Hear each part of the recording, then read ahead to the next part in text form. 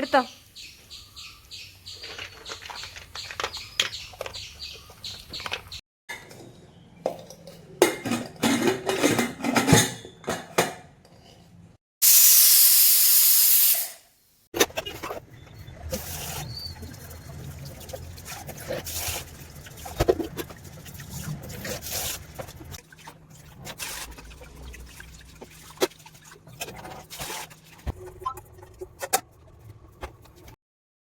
Hi every one, ഇതൊരു most requested video ആയിരുന്നു.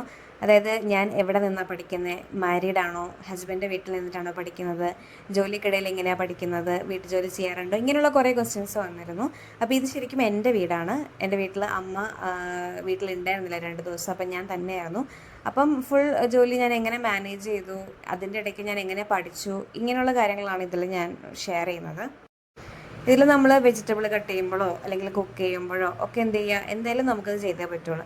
അപ്പോൾ അതിൻ്റെ ഇടയ്ക്ക് നമ്മൾ ക്ലാസ്, യൂട്യൂബ് ക്ലാസ്സസ് ആകാം, ടെലഗ്രാമിൽ ലൈവ് ക്ലാസ്സസ് ഉണ്ടാവാം, റെക്കോർഡ്സ് അവൈലബിൾ ഉണ്ടാവാം. അപ്പോൾ അതൊക്കെ ഒരു സൈഡിൽ ഇങ്ങനെ ചാലുമൊക്കെ വെക്കുക, അതവിടെ നടന്നോട്ടെ.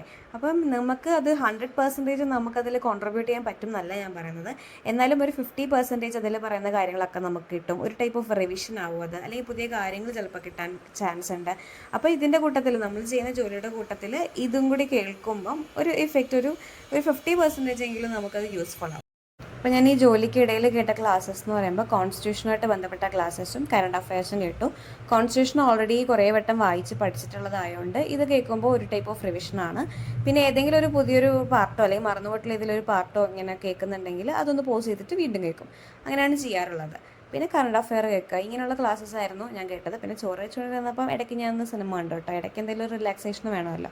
പിന്നെ ഇപ്പം LDക്ക് ശേഷം അങ്ങനെ കറക്റ്റായിട്ടിരുന്നുള്ള പഠിത്തമൊന്നും ഇല്ല. എന്നാലും ഞാൻ മാക്സിമം സമയങ്ങളിൽ പഠിക്കാൻ ഉള്ളൊരു മൂഡ് കൊണ്ടുവരാൻ ശ്രമിക്കാറുണ്ട്.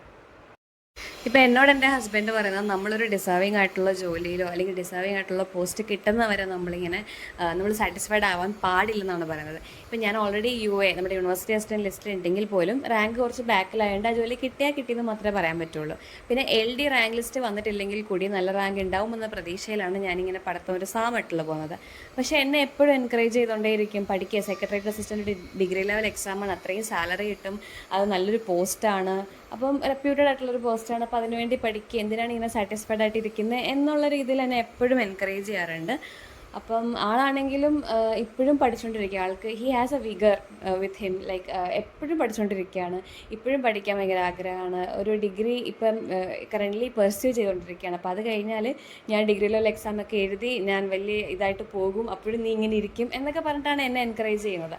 അതുപോലെ തന്നെ എനിക്കൊരു വെൽവിഷർ ഉണ്ട്, എൻ്റെ ഒരു ഫ്രണ്ട്. ആ ഫ്രണ്ടിൻ്റെയും ഇങ്ങനെ എൻകറേജ്മെൻ്റ് ഉണ്ട്. അപ്പോൾ ഇവരെന്നെ ഇങ്ങനെ എൻകറേജ് ചെയ്യുമ്പം എനിക്ക് ഭയങ്കര ത്വരയാണ് പഠിക്കാൻ വേണ്ടിയിട്ട്. ആ ഒരു ത്വരയിലാണ് ഈ ഒരു വീഡിയോ എടുത്തത്. ചില കാറ്റഗറി ഓഫ് പീപ്പിൾ ഉണ്ട്, അവർ സെൽഫ് ഇൻസ്പയറിംഗ് ആണ്. അവർക്ക് വേറൊരു ഔട്ട്സൈഡിൽ നിന്ന് ഒരു ഇൻസ്പിറേഷനോ അല്ലെങ്കിൽ ഇൻസ്പയറിംഗ് വീഡിയോ കാണേണ്ട ആവശ്യമില്ല. അവർക്ക് ഓൾറെഡി അറിയാം അവർക്ക് ഇന്നടുത്ത് എത്തണം, അവർക്ക് ഇന്നത് ചെയ്യണം എന്നുകൊണ്ട് ഓൾറെഡി അവരുടെ മൈൻഡ് ഫിക്സഡ് ആയിരിക്കും. അതുപോലെ ഒരു കാറ്റഗറിയിലാണ് എൻ്റെ ഹസ്ബൻഡൊക്കെ പെടുന്നത്. ഞാനാണെങ്കിലും എന്നെ ഇങ്ങനെ എപ്പോഴും ഒരാൾ പുഷ് ചെയ്തുകൊണ്ടിരിക്കണം, എന്നാലേ ഞാനത് ചെയ്യുള്ളൂ. അങ്ങനെ ഒരു കാറ്റഗറിയാണ് ഞാൻ. അപ്പോൾ നമ്മളെപ്പോലുള്ള കാറ്റഗറിയിലുള്ളവരാണെങ്കിൽ എന്ത് ചെയ്യുക, കുറച്ച് പോസിറ്റീവായിട്ടുള്ള ആൾക്കാരെ കൊണ്ട് സറൗണ്ട് ചെയ്യിപ്പിക്കുക. നിങ്ങളെ എപ്പോഴും ഇൻസ്പയർ ചെയ്യുക, അല്ലെങ്കിൽ നിങ്ങളെ പോസിറ്റീവായിട്ടുള്ള കാര്യങ്ങൾ നിങ്ങൾക്ക് പറഞ്ഞു തരിക. ഇങ്ങനെയുള്ള ആൾക്കാരെ കൊണ്ട് സറൗണ്ട് ചെയ്യിപ്പിക്കാൻ നോക്കുക. അത് വലിയൊരു മാറ്റം, ജീവിതത്തിൽ വലിയൊരു മാറ്റം ഉണ്ടാക്കും. നമുക്ക് നമ്മളോടുള്ളൊരു വിശ്വാസം കൂടും.